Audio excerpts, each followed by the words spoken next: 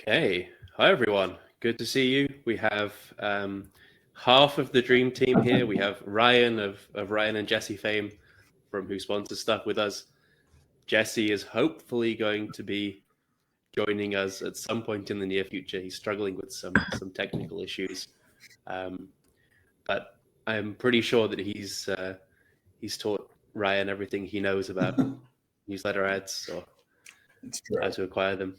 Yeah. So I think we'll be well covered, even if Jesse doesn't quite make it in today. Awesome. So this is going to be the first time that we've run a group office hours at SparkLoop, and I'm really excited about it. For those of you who don't know me, I'm Louis. I'm one of the co-founders of SparkLoop, and I spend most of my time thinking about newsletter growth. So it's nice to have an expert or 1.5 experts in Ryan and maybe Jesse joining us today for the newsletter monetization side of things. And this is a very new format for us, so we're going to be testing it out. We'll see how it goes.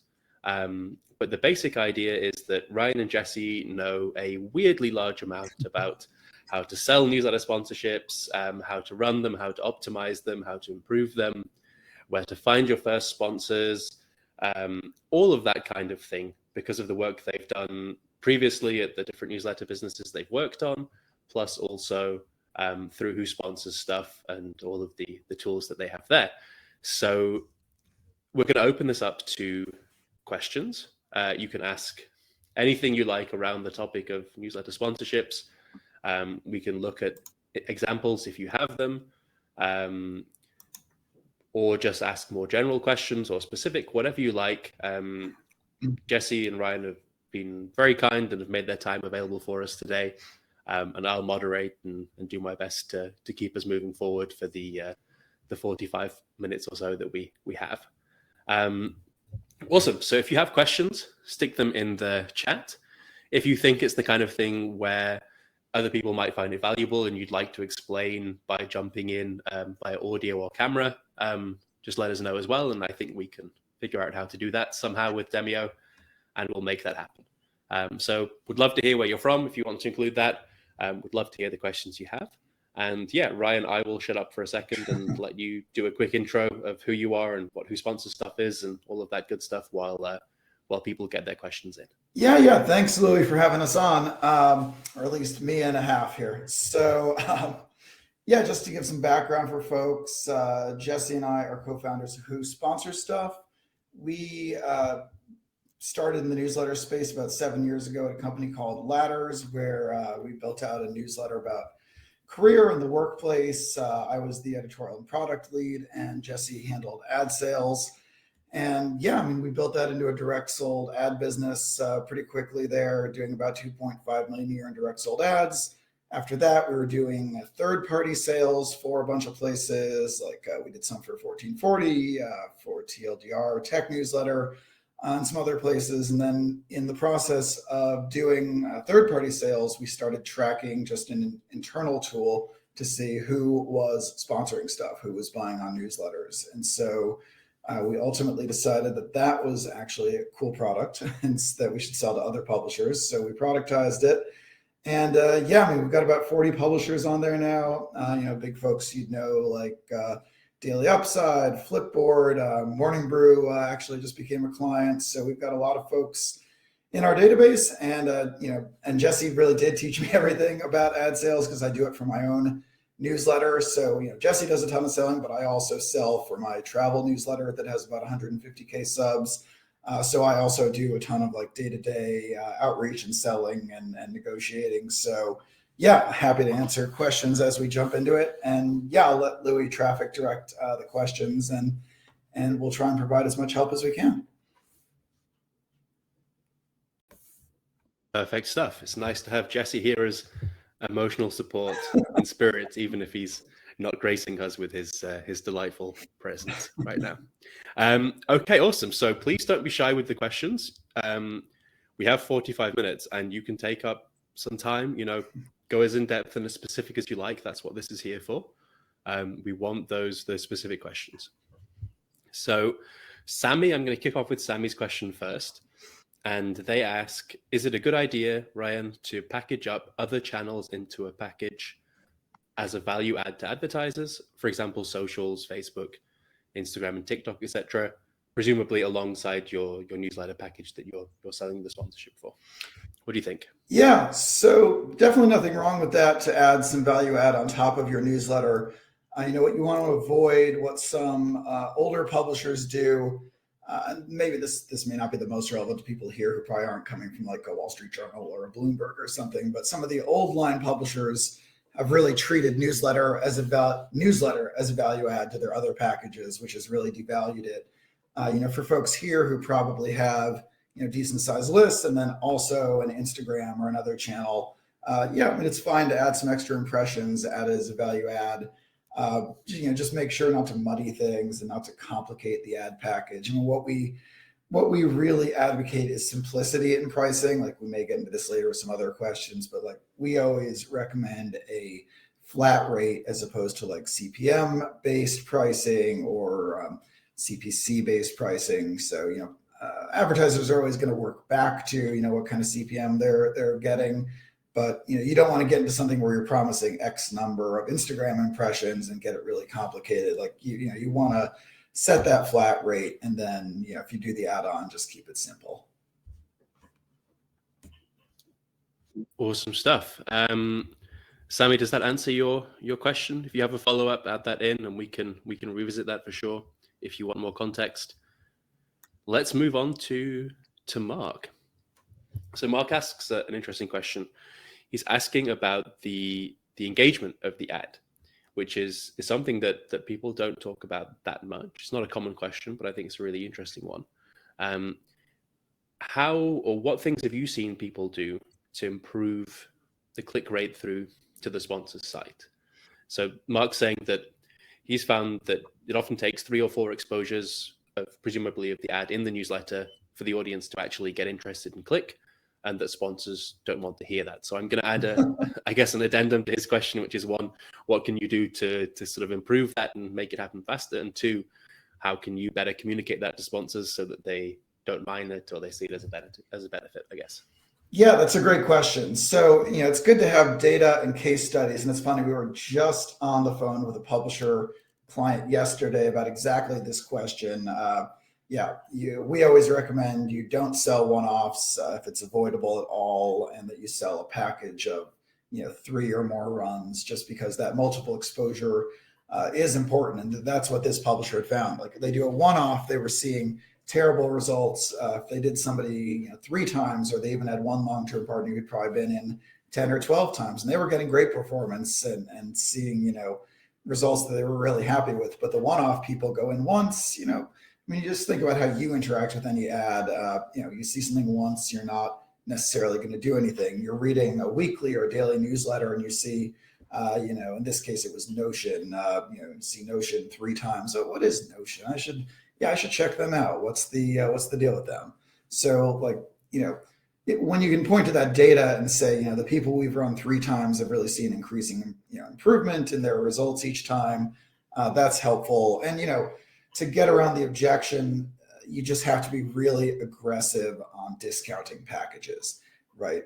If you're doing a package, say it's 1,000 for 1 run, you want to do 3 runs at 1,500, so that you're really giving a very significant discount. It's kind of a no-brainer to go with the package for them, because that'll pay off in the long. You'll get less in the short term on those 3 runs than if you sold 3 one-offs. But you can build a partner who might be back, which is what you want. Awesome stuff. And we have the questions flying in now, so we can jump through. I'll try and answer I'll try and get to all the ones that are relevant. It's always really useful when you're adding in these questions if you can add in the context of who you are, what newsletter you write for, maybe something about the audience. Just I think the more context you can provide, probably the easier it will be for Ryan and Jesse if he ever joins us to Jesse's here in spirit on Slack feeding me. Yes. Very good. He's doing all the hard background work. Okay. Yeah. Awesome. So I'm going to run through. Let's have a look from the bottom here at some of these questions. So let's move on to Well, firstly, here's an easy one for you. It doesn't say who it's from, which is there a sponsorship database that you would recommend? So I'm guessing, Ryan, you might be slightly biased here and have a yes, I can full-heartedly endorse Who Sponsors Stuff. So yeah, that's our core business. Is Who Sponsors Stuff is the database. There is a free tier that anyone here can register for. It's free. You see about 10% of our database on that, and then we do have the paid tier called Sales Pro, which we're happy to jump on a call with anyone who wants to reach out through that. And just Louis drop a link in there, and then there's I'll drop the link to our sales page in there too. Just that's where to reach out to set up a Zoom. And yeah, happy to talk to anyone about it. Awesome stuff. So let's move on from there then. Catherine has a question about reporting, and Catherine asks, would you normally share a report on ad performance with the advertisers, and what in particular do you think needs to go into that report? What numbers or what information absolutely can't be missing, I guess? Yeah, absolutely. You definitely want to give a campaign recap. Usually want to let the numbers bake for the full, say, 7 days. After that, you're probably not going to see any more clicks. But you don't want to send it like the morning after, because stuff is still coming in, and advertisers, typically aren't going to expect that. So, what they're going to want to know is, pretty basic stuff: sends, opens, unique opens. They're more interested in than total opens. And depending on your ESP, like I'm on Beehive for my travel newsletter, and they don't even tell me like non-unique opens, because that's kind of a silly, that's not a great number. So unique opens, and then, unique clicks. And, it's usually good to do the calculations, though obviously the marketer, could do the calculations, but, what's the open rate and what's the click-through rate? You just want to do those calculations in your report before they see it. Awesome. I'm guessing the advantage of that as well is it allows you to get ahead of any potential concerns and objections they're going to have, right? You can, if you see the numbers and you're sharing that with them transparently, you can offer them a make good or suggest next steps if they should run another campaign and things like that too. Right. And if you're doing one of these 3 run packages, you can test new copy. The more, the successful, publishers running advertising really, the Morning Brew pioneered that model of like the very custom content, very much in the voice of the newsletter. So, the more you can do that sort of work for the for the advertiser, for the sponsor, that, tends to increase performance. And look, sometimes, we'll get into this also in like mix of sponsors and how you test things, but like, not every sponsor is going to resonate with every audience. So, that's why you first want to be testing various kinds of copy, but you might just find that it's a product that is just like not going to resonate with your audience. And then make goods are good to offer when there's the possibility of saving a relationship and building a long-term relationship. But sometimes it's just not a fit at all, and you get like incredibly dismal results. And at that point, make good if it makes them feel better in a secondary slot or something, but kind of move on at that point. Awesome stuff. So I'm going to try and mix things up a little bit and go from some specific questions to some more sort of general stuff, so that we have a good mix as we go through. So don't worry, we will get to all the questions that have been asked so far. So an easy one from Lindsay. Lindsay says they manage an email marketing for various clients as a managed service, and is asking for your favorite newsletter that has sponsors. They'd love to take a look and have a look at some best practices for a newsletter that's doing sponsorships and ads really, really well. Do you have an example there? Yeah, to be, to be incredibly obvious, Morning Brew is definitely somebody you want to look at. DTC is another one. They're a publisher in the e-commerce, DTC space. They do a really nice job. Another thing in the B2B space, they do it. They do it differently. It's not exactly, I'm not sure it's replicable by everybody. Industry Dive does a really great job in the B2B space in terms of, they very much have a studio system where they have they have all their, healthcare dive and marketing dive, et cetera. And they do a very, high touch studio work. But those are definitely some top examples I'd look at. Awesome stuff. Awesome stuff. I put those examples in the chat there as well, so that people can find them, which is going to be hopefully a little bit easier. Okay, so let's move on to our next question for Ryan. Let's keep the quick fire going. And if anyone has a more involved question where they feel like they need to jump in and I don't know, show an example of something or just share more context, just as a reminder, we're totally open to that as well. You're welcome to jump in and do that. Just let us know, put your hand up in the chat, and we'll bring you in to share, and we can get in depth as well. So Sebastian asks a question. They ask, do you lead with a sponsorship page or a media kit, or do you try and keep it a little bit more close to your chest and share the results or share the stats and the details a little bit later? All right, Jesse's jumping up and down on my shoulder on this one. Less is more, less is more, less is more. No unsolicited media kits. You really want to keep your initial pitch, your initial approach very simple. We have a little trick in our database that one of our clients suggested, which is to have a field in our downloads that has the last newsletter that somebody appeared in. So I usually, when I'm running an automated campaign, say like, saw your recent ad in Morning Brew, saw your recent ad in DTC. And then really just a couple lines. We're a newsletter that does this, reaches these people. Would you like to find a way to partner?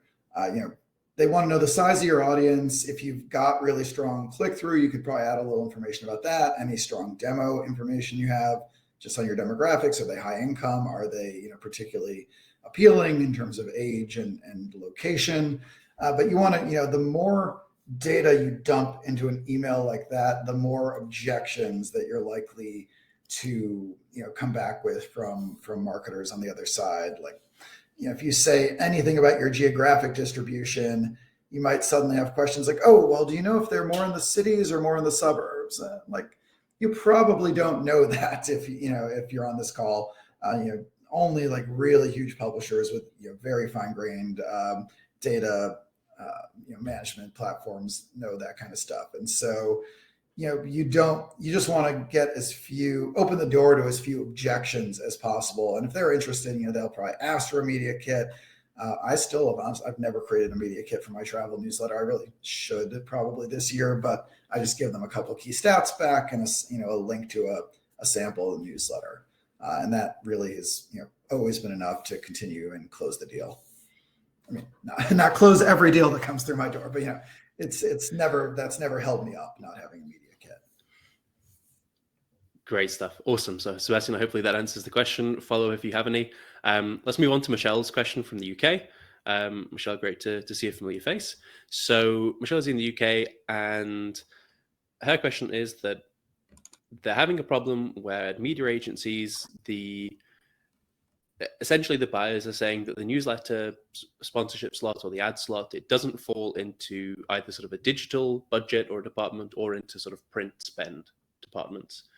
Have you seen that as an objection before, or just, sort of not, I guess the question is not knowing who to pitch or which department inside a company to pitch for that sponsorship revenue? Is that something you've come across? Yeah, I'm so sorry to back up. That's an objection they're getting at an agency. I've not really come across that before. So we, to take a step back, one of the biggest things we advocate is again, especially probably publishers the size that are here today, you really don't want to be dealing with agencies. You want to do everything in your power to not talk to agencies. The process with them is going to be torturous, and it's going to take long lead times. You can get into an RFP process, like a request for proposal, which can take 6 months to a year. You really want to be going direct. And so the people who are, we have a whole hierarchy of job titles, is how we fill out our database for the contact information. And, the most relevant people are usually going to be somebody who's head of growth or a growth manager or a marketing manager, somebody who handles digital campaigns and growth. Email is, not going to be a shocking thing. Certainly the people coming from our database, because we're taking people who have appeared in newsletters. If you're pitching somebody who, for whatever reason has not done email before, that can add a couple steps to your sales process if they have to like get their head around email. But most DTC companies, most companies you're seeing appear in this space on your competitors' newsletters, like this isn't like a surprising thing to them. Somebody in their growth department has bought newsletter campaigns before. Interesting stuff. So a question that and Michelle, feel free to follow up if you have any more clarification on that or want to add anything in.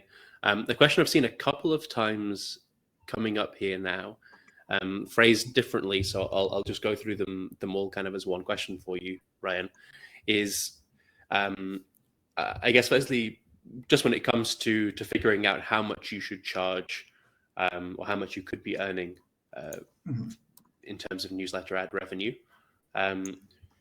where would people go to figure that out? Are there good rules of thumbs or calculators or tools they can use to do that?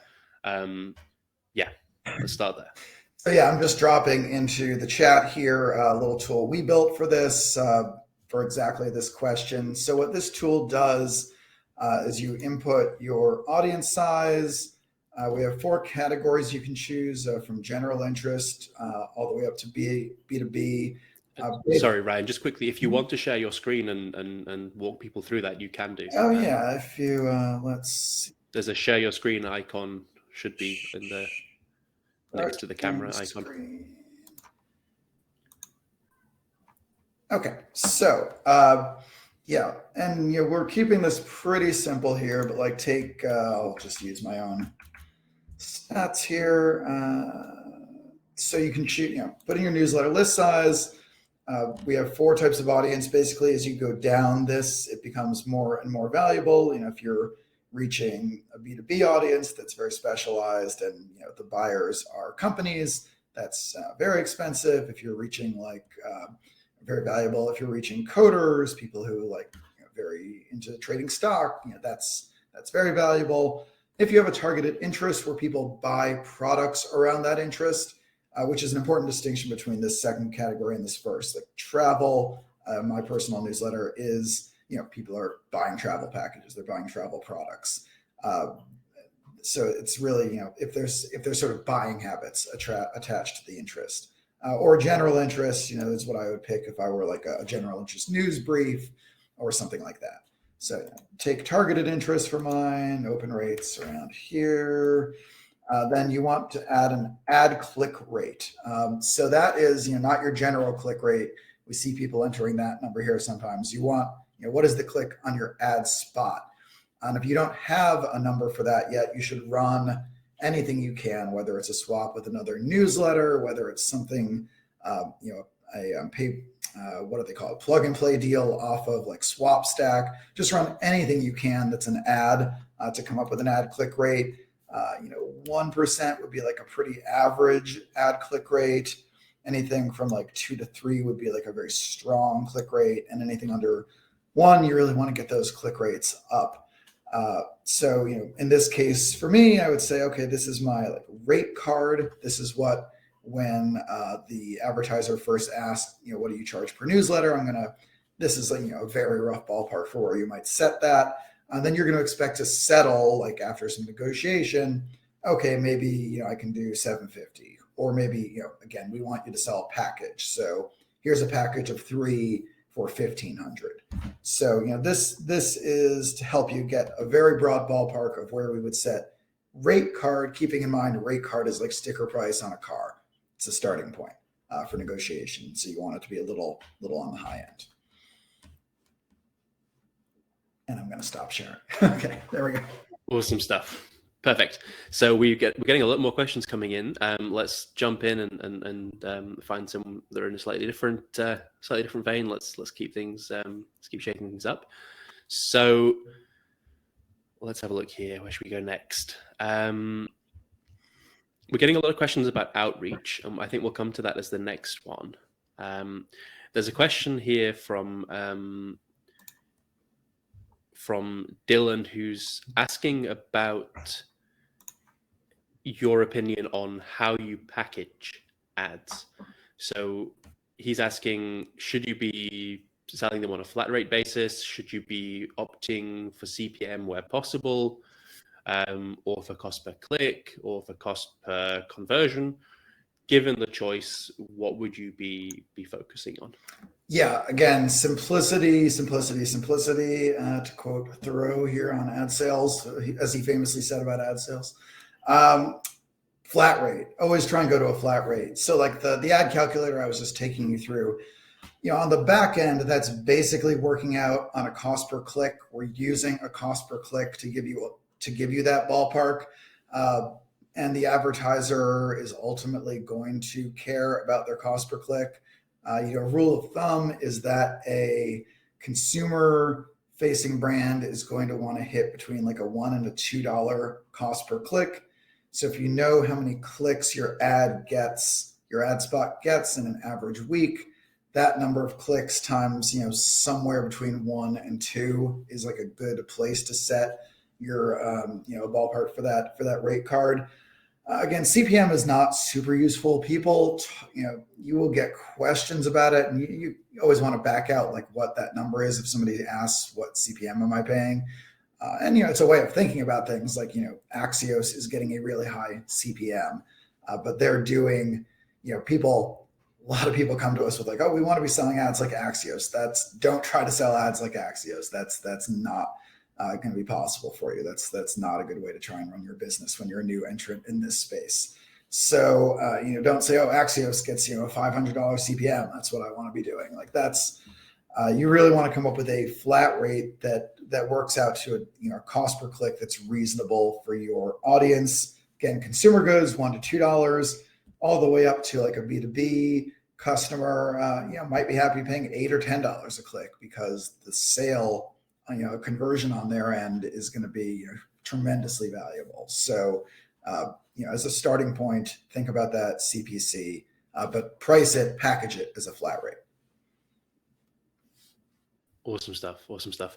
And there's a nice question from Sebastian that ties in with that, which is something I've heard a lot before actually. So Sebastian's newsletter is fully sold out in terms of ad slots until the end of 2023. So well done to you. Thanks for coming here and gloating. Well done. No, I'm joking. You can just hang out then, yeah. Exactly. He's going to be taking over from here. No, but what he's asking is obviously he's now selling ads for 2024, and his list will be considerably bigger at that point. So how do you factor that in? Do you already start charging based on the expected size, or do advertisers expect you to say, well, if my list is 15,000 now, we're going to sell based on where we already are?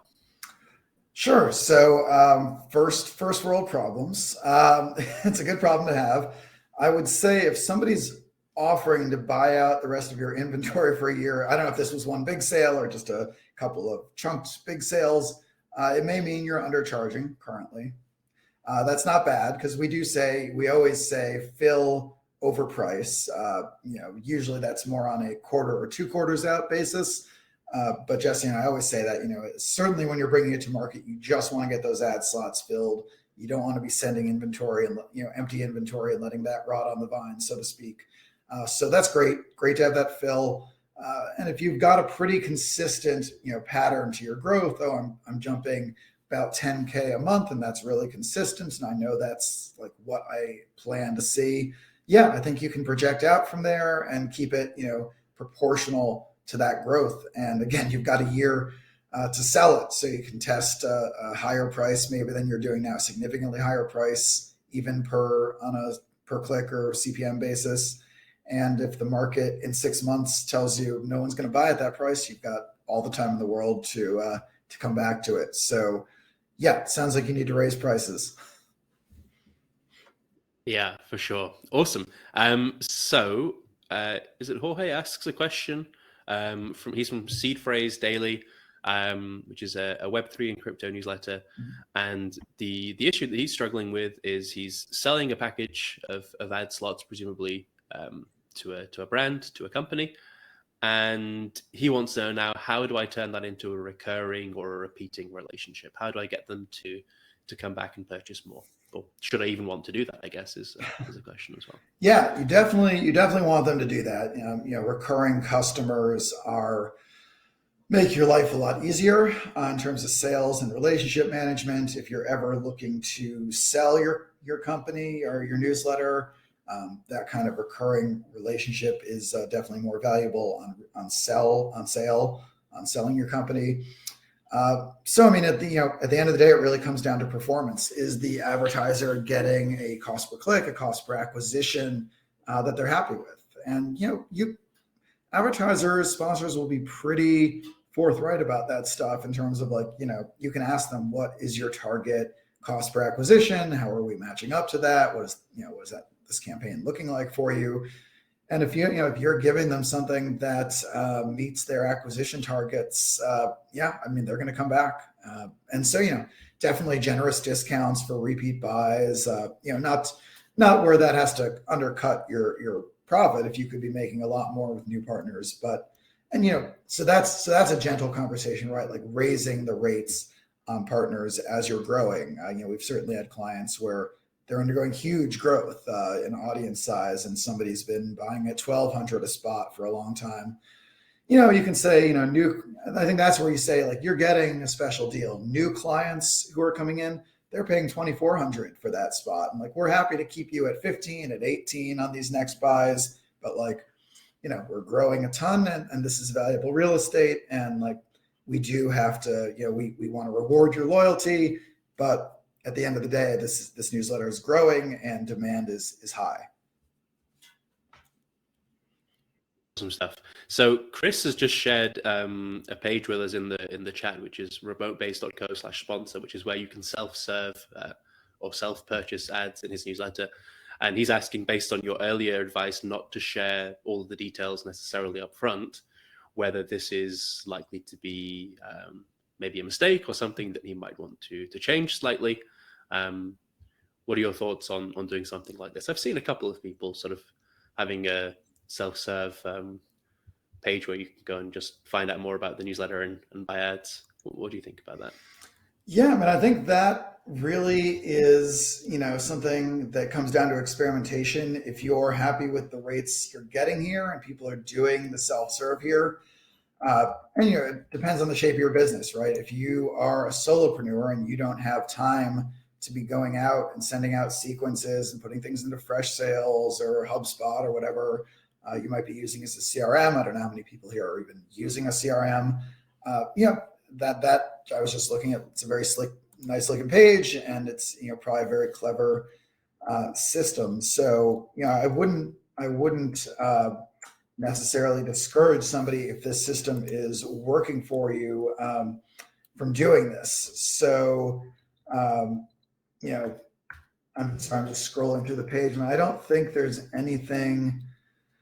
It's probably giving probably going into a little more detail than I would, but I'm not going to say taking off one or two stats is going to increase your conversion rate here. I don't think that's true. I think that if it's working for you, a simple sales page isn't terrible. What I really don't like to do is if you're doing outbound, to send an unsolicited media kit. That's where you really get in trouble. Attaching a PDF to an email, which first of all could just mean it's a little intrusive. First of all, just at a social level, it can trigger spam filters, and having an attachment is just not a great thing. I don't know if anyone will have questions on this, and we can even get into some of the tech side of doing outreach, because your outreach emails going to spam is a worry, and something we've actually seen recently, kind of digging into what's going on with some clients' outreach. So, I don't think, to answer the question, I think that sales page looks great, in contradiction to some of what I said earlier. So I don't think it's going to kill you, but if you'd like to switch to a more outbound model, I would think about, if most of your stuff is coming inbound and that page is working great, if you want to do outbound, you might think about withholding a little more information and only answering questions when asked. Awesome. I think it's a great point that having a page like that doesn't allow you to discriminate in terms of pricing. Mm-hmm. So you'll be leaving a lot of money on the table with some Right. people, and also Right. not selling to some sponsors who are just a little bit below that budget. Right. You've just got the price listed there, and like maybe it's a advertiser who should be paying more than that for your audience. So it is good to be able to do some price discrimination, where set the bar high as your list price, and then make exceptions under that. But if I don't know, Allbirds or somebody is coming to you and they've got money to spend, or Revela, a hair care product that was spending a ton last year, like, you may be undercutting yourself by putting a rate out there that soon. But again, if you don't have the time to do the outbound and that inbound funnel is working, go with it. Awesome stuff. You don't want to undercut when it comes to hair care products. That sounds dangerous. Awesome. So you touched on cold outbound. We had a couple of questions about cold outbound that were all along similar lines of basically how would you get started? What does like a sample flow look like? What should you be asking for? Can you run us through what you're currently thinking about as like a good outbound campaign? Yeah. So to just go back to what I'm doing for my own travel newsletter. Like again, I've been doing a sub personally. There's a lot of approaches that personally recently been doing this. Saw your recent ad in elevator, or saw your recent ad in whatever, and that has had like open rates through the roof. It feels very personalized. I mean, I wouldn't expect always to get this, but I've seen open rates on cold outreach there of 50, 60% with that, which is kind of crazy. I think 25 to 30% is about what you can normally expect. And what I was seeing previously with a more straightforward, like reach 150K parents who love to travel, or reach 150K affluent parents who like to travel. Something just very simple. You want to spotlight your audience. If the size is big enough, which I'd say, like over 50K, you want to, spotlight that audience size. But you want to leave with stuff that's strong. Like if you feel like maybe the audience size isn't big enough, don't put that in the subject line. Just say, reach affluent parents who travel, and then, the audience size can be in the body after they've opened. And then really, like 2-3 sentences were, just again to mine, we're a travel newsletter that reaches 150K parents. We've got a prominent ad slot, sponsored ad spot. Would you like to hear more? And then, just go from there. And another thing it's important to do, again, this depends a lot on if like you're doing automated outreach, which I do recommend for most people to do some sort of CRM. I use Fresh Sales, which is a really lightweight CRM that costs like $20 a month. HubSpot has a free version. There's Apollo. There's a bunch of them. You want to have quick follow-ups, like first email day 1, second email day 2 or 3, third email a day or 2 after that. This is sales. Publishers, people who maybe come at this from the editorial side aren't as comfortable with that. They feel shy about that. I can only tell you, very polite responses to the second and third emails plenty of the time. A lot of people just don't respond to the first. The second or the third gets them to respond and ask for more information. So, don't be shy about having like a pretty quick follow-up campaign. I'm not sure I'd go past 3, but you want those all within like 5 days. And then, wait a while, wait a month or 2, and then come back and hit either new contacts, or you can hit the same contact again, a month later. You never know what's going on the recipient's end, why they were busy that week. So, don't be shy to hit them again. If they never want to hear from you again, they will let you know. Try not to take it personally, and just remove them from your list. Awesome stuff. If anyone has any follow-up questions on the cold outbound side of things, please add them in now, and we'll follow up with those. While we're waiting to see if there are any, Sammy has a quick question about display ads inside of newsletters. So I'm guessing presumably with those slightly older newsletter ad works, like I'm guessing like a live intent, and obviously I'm blanking on the name of all of them now, but they will basically let you just insert some random ad into your newsletter that they decide for you in effect. What do you think about those? Yeah, I mean, those, especially for publishers that are not dealing at a huge scale. If you're under 500,000 or something, you're not going to see a ton out of those things. especially live intent, the CPMs are pretty modest. It works if you're the Washington Post. It's a little more questionable if you're 100K, 200K newsletter. I know Paved also does some kind of code insert. I'm not that familiar with it. I've not played around with it. You're better off selling direct. You're always going to be better off selling direct in terms of getting more money out of it. And then if if you really don't want to sell direct, I would probably just grab a plug and play deal from SwapStack, or just set up an affiliate deal with somebody in your space who you can find your way to. There's definitely a lot of agencies that'll help connect you to when I say agency, not the sort of agency like doing huge media sales for to and from an Axios, but like Stacked Media, or somebody who can set you up with CPC deals. Like there's great CPC deals to be had. It's not always my first choice, but I do a direct CPC deal with Babbel language learning, and they pay a nice CPC, and it's a good ad for us. So there's definitely stuff like that that's lower touch than constantly being out there doing sales. But if you get into a CRM, you really can do it very, very part-time in terms of just set up a sequence. It'll send out 500, 1,000 emails for you, and then you're really only managing the ones that respond. So it's you can have templated. You'll get the same questions every time back, so you can just have a templated second response that you send back to them. They're going to ask you a little bit more about your audience. Do you have a sample of the newsletter? And you can just have a templated cut and paste thing to send them back. Great stuff. Great stuff. So Sebastian has a couple of follow-on questions, which we can maybe handle at once. So let's take a look at those. So the first one he has is, how do you handle sales for sort of low-priced ad slots, for example, a job offers section? Let's jump in there. I'm guessing the answer is don't. But no. I mean, it's what do you think? Two-pronged answer. If you are selling a logo sponsorship, main sponsorship that you want to sell for good money, don't complicate your ad offering, especially at the beginning. I've seen people just starting out, they've sold 0% of their inventory, and they're saying, well, we have a logo spot, we have a secondary spot, we have a third spot. You're going to kill yourself with that, because every single sponsor is going to be like, well, we'll test that third spot for $25 and to test your audience. And so you're just going to shoot yourself in the foot every time with that. There's no reason to complicate it. You add a secondary and a third spot when you've sold out for the year, right? Our friend who's sold out through 2023, unless they've promised 100% share of voice, could probably put in some ancillary ad slots, or sell a dedicated ad slot or something like that. So now to take maybe what's your more direct question, like you're selling a classified ad.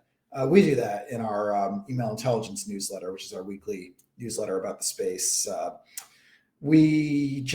copied it from Josh Spector, who you may be familiar with. I just set up a Square store, and it's just a Square page that sells, the classified ads for $100 a pop, and you can set how much inventory is available on each state. And that's like a super simple way to sell something like that. I'm blanking. There's also a new tool that I've recommended to some people called Sponsy that does a lot of management of assets. And I'm now forgetting if they have I think they do have a self-serve thing for this sort of ad sales too. So there are some solutions for selling these $50, really, small spots. And if you're doing a job board, we also do a job board. We have we set up a job board called newsletterjobs.io. And so that sells job listings, and that actually is just automatic. That's part of that platform. So if you're setting up a job site through any kind of templated platform, they'll usually have their own sales, management in that. And again, those are, $99 slots. So I don't want to spend any of my day managing the sales of that stuff. It's just on auto. Awesome stuff. And then to follow on from that really quickly, I think is a really good question, is how do you make sure that you're not, if you are selling repeated slots, how do you make sure that you're not sort of boring or annoying your audience, saturating your audience with the same brand time after time? How worried do you need to be about doing that? I mean, as the publisher, I wouldn't worry about it tremendously. You'll definitely get sponsors very worried about fatigue. They'll, if you're proposing a lot of frequency, they'll say, "Oh, are we going to get fatigue?" I find it is the opposite, like we talked about kind of at the opening, where running a lot of frequency is what gets you it. Eventually, somebody checks you out who maybe was a fit but didn't check you out the first 5 times. They check you out the 6th. So it's, I don't think, as the publisher, I don't see readers are going to write in and complain to you, "Oh, why is there another ad for Notion?" I don't know. I've not really seen that from readers. Maybe in smaller newsletters that are really targeted on a very specific hobby or something, you might see that. But I don't know. I haven't come across it. And if you have somebody who wants to run that frequently, you should still probably, you might want to space them out a little more, but I wouldn't turn away business because of it. Great stuff. Awesome stuff. So we are going to come to the last question or two now. So if you have a question that you haven't asked yet and desperately want to get to Ryan and Jesse telepathically, then we can make that happen now. And while we're waiting on those, let's jump into Arpan's question, who had a follow-up about the cold outbound. They're asking what a good reply rate would look like for cold outbound, in your opinion. Yeah. So again, I think that is reply rate. Okay. So not open rate. Yeah, open rate versus the reply rate. God, I don't calculate the reply rate that much. Or conversion rates. I mean, open rate, again, 25 to 30 would be pretty good. If you can beat that and get up around 40, 50, that's super. Your reply rate is going to be so all over the place. I think it just is more, how many conversations do I need? I wouldn't think as much about rate as like, how many conversations do I need to fill, say you're a weekly, you've got 12 ad slots ahead of you in the quarter. If I think, 48 conversations will sell those 12 ad slots, your CRM will give you a reply rate. So, look at what you're getting, and then that might tell you, that'll give you a way to set your outbound, how many emails you want to be sending outbound. I think it's much more about just like, what number of conversations do I need to sell X number of ad slots versus, reply rate is really just going to be so hard to predict and varies so much client to client. I've been inside a lot of operations, and I'm not sure there's a great benchmark for that. Sure. I guess the more aggressive you're being with your outbound as well, the lower the reply rate, but that might still be just as good a cold email. It still might be a good sequence. It just means you're being slightly more aggressive in who you're targeting. Right. You might even get a really right. You might even want to increase your outreach bait, the denominator, and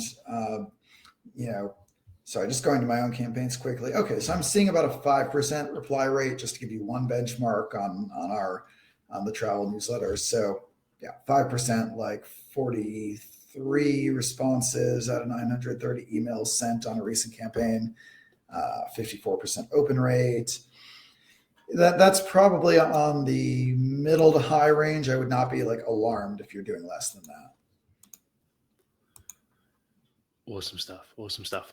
Cool. So unless we have any other questions, we'll give it a second. And if you had a question that we didn't get to because I jumped through them, I apologize for that. What I would suggest is anyone who wants to connect or give a shout out to their newsletter so that others can find them or follow along offline after this, please do so now in the chat. Obviously, everyone here already knows SparkLoop and who I am and what we do, so I don't need to bore you by repeating that. Hopefully, everybody knows that. Ryan, I think what we'll do, obviously, we're really grateful to you and to Jesse and Spirit for making the time available.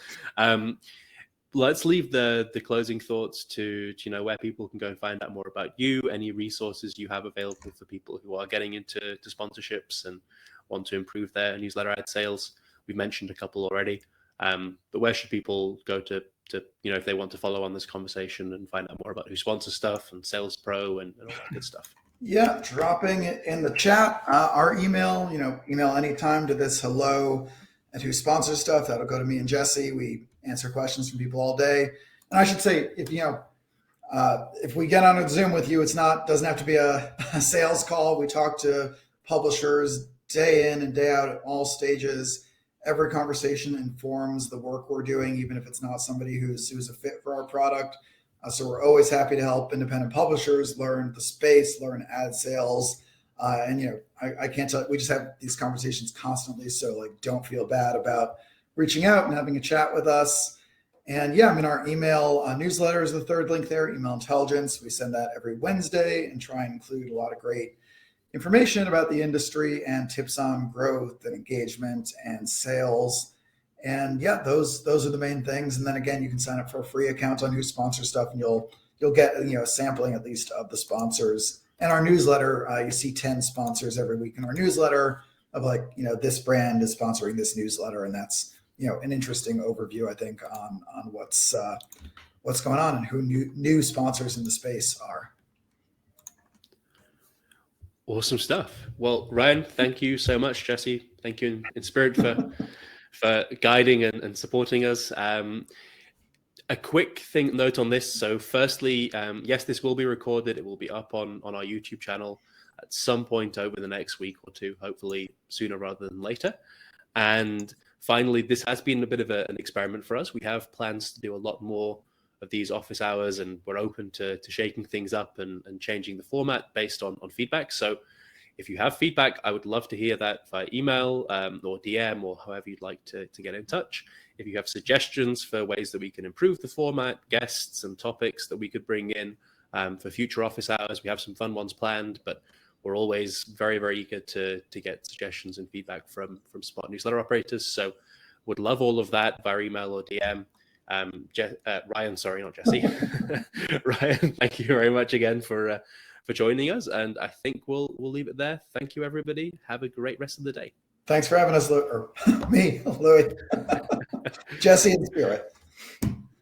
Awesome stuff. And I promise, if you get on a call with Ryan, Jesse does exist. You want to see Jesse? You got to get on the call. Exactly. That's the hard sell. Perfect stuff. Thanks, everyone. Have a great rest of the day.